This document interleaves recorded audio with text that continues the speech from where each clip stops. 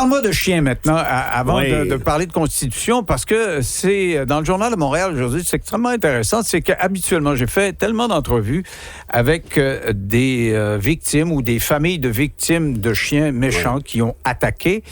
Et généralement, les victimes réclament qu'on tue le chien. On dit, bon, ben, il a mordu une fois, il a goûté au sang, c'est dangereux. Dans le cas qui nous occupe, c'est un enfant de 2 ans qui a été attaqué par un chien. Il lui a mordu une oreille, failli lui arracher l'oreille. On a euthanasié le chien, mais voilà que les parents du bambin disent il faudrait arrêter les parents, pas les parents, mais les maîtres du chien. Ben oui. Qu'est-ce que tu penses de ça? Oui, absolument. Puis j'ai étudié un petit peu le dossier là, rapidement. Le propriétaire en question incitait son chien à la violence. Il se promenait puis il criait « attaque, attaque, attaque » pour qu'il puisse attaquer d'autres chiens et autres. Bref, le chien, habituellement, je ne peux pas dire très, très, très majoritairement, n'est pas dangereux. Ça dépend évidemment de l'éducation qu'il reçoit.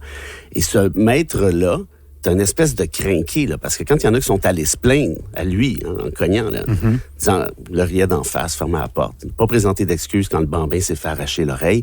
Fait que tu vois que ce gars-là est un danger public. 1000 fois plus que son chien, son ex-chien, c'est mon avis. Donc, est-ce que ça mérite une arrestation, des accusations? Ben oui, de un. Ça, si on parle du plan criminel, c'est de la négligence, de toute évidence, qui est une infraction prévue. Ça fait absolument aucun doute. Ça, pour moi, c'est clair, c'est net et précis.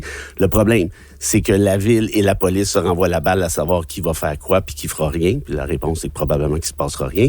Cela dit, pour les parents de l'enfant, moi, ce que je suggère très fortement, c'est une poursuite au civil.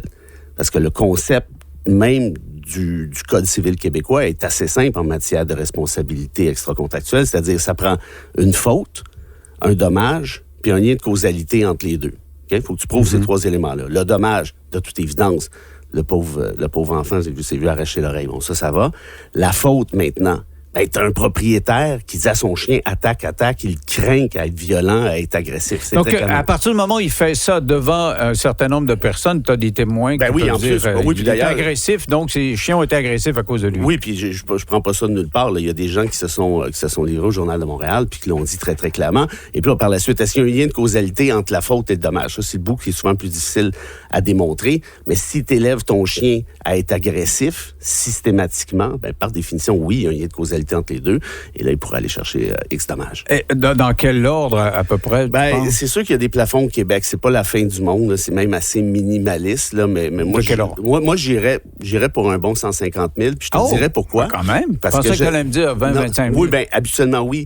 Mais moi, j'ajouterais ceci, des dommages punitifs, des dommages exemplaires. Pourquoi? Parce que quand tu commets une faute volontairement, sciemment, et tu violes un droit prévu par la Charte, ici le droit à la sécurité, la personne a le droit de réclamer des dommages exemplaires contre toi pour te punir. Donc, au-delà du dommage que tu subis réellement, on veut que ce soit punitif. Donc, dans ce cas-ci, je pense que la porte est grande ouverte. OK, bon, je ne sais pas si les parents t'écoutent parce qu'ils ne savaient pas trop quoi faire avec ça. On parlait d'arrestation. Tu dis que ça va être plus efficace si vous allez au civil. Ah, ça, okay. 1 million de 1000 à l'heure. OK, tu veux me parler aussi de Constitution parce qu'on sait que le gouvernement de la CAQ a déposé ce projet de Constitution québécoise, proprement québécoise, et qui permet de déclarer que le Québec est autonome et souverain. Il peut donc décider... Faire ce qu'il veut. Ouais, faire ce qu'il veut. Et là, comme constitutionnaliste, faut-il le souligner, tu as trouvé un petit bug dans le système. Un gros même, je te dirais. L'article 5 te dit ceci. Il y a les organismes X financés directement et indirectement par des fonds publics, là, ça peut viser plein de monde, ne peuvent plus devant les tribunaux, contester la constitutionnalité des lois québécoises qui sont supposées protéger la nation québécoise. Donc, premier problème, c'est quoi ça, protéger la nation québécoise? C'est un concept archi-arbitraire, archi-flou, tu peux pas faire ça en droit. Puis deuxièmement, là, j'ai regardé, j'ai dit, mais attends une minute, là, tu veux empêcher des organismes de contester des lois. Mais quel genre de régime dans le monde fait ça? C'est pas des régimes démocratiques qui proposent des affaires comme ça. C'est d'autres types de régimes pas très fréquentables. Mais le plus drôle, si on peut trouver à rire, c'est que j'ai regardé la liste, parce qu'ils ont dit, tiens, dans la Constitution québécoise, on va faire la liste de tous les organismes en question qu'on vise à l'article 5. Qui n'auront pas le droit de contester des lois québécoises qui protègent la nation. Alors, je t'en nomme quelques-uns. Tu vas voir, ça, c'est des dangers publics ambulants. Le Conseil des arts des lettres du Québec, le Conseil du statut de la femme, le Conservatoire de musique et d'art dramatique du Québec, Emma Québec, Le Musée national des beaux-arts du Québec, c'est tout du monde très dangereux, tu comprends, là, qui pourrait... on doit les mater, sinon, tu auras compris que la nation québécoise sera en danger. La Société de la place des arts de Montréal. Oh! Ah, tu vois rien, toi, quand tu te réveilles la nuit, tu dis, moi, là, la Société, ça va faire. Mais tout ça, c'est dans la Constitution du Québec. Fait que là, j'imagine un étudiant au doctorat qui débarque, je sais pas moi, de la France, d'où tu veux. Il dit, c'est quoi cette affaire-là? Continue. Hydro-Québec. La Société québécoise du cannabis. Oh! Oui, monsieur. La Société des alcools du Québec. Alors, j'annonce ici, en primeur, aux Québécois et Québécoises, cette magnifique nouvelle. Nous serons le seul peuple sur la Terre à avoir constitutionnalisé expressément et l'alcool et le pot. Ben, c'est comme si dans la Constitution américaine qui date de 200 ans, il y avait eu un addendum, ça avait été écrit en ce qui concerne la Société des alcools des États-Unis.